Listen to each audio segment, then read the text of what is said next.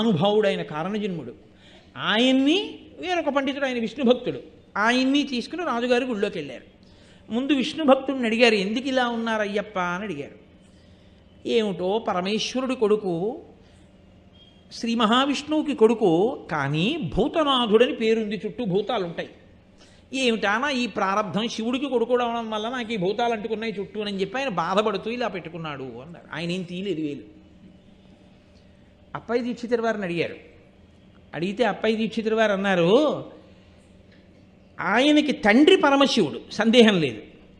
ఆయన తల్లి శ్రీ మహావిష్ణువు. తండ్రికి భార్య తల్లి అయిపోతుంది కాబట్టి పార్వతి కూడా ఆయనకి తల్లి అయిపోయింది, విష్ణు ఆయనకి తల్లి అయిపోయారు. తల్లికి తల్లి భార్య ఉండడం, ఇప్పుడు ఆడదానికి ఆడది భార్య ఉండదుగా లోకల్లో. మరి విష్ణువు తల్లి అయితే విష్ణువు భార్య లక్ష్మి నాకేమవ్వాలి అని ఇలా పెట్టు కూర్చున్నారు ఆయన అన్నారు.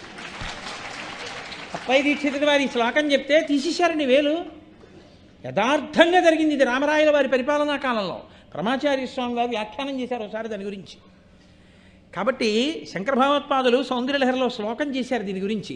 హరిస్వామారాధ్య ప్రణత జన సౌభాగ్య జననీం పురాణారీభూత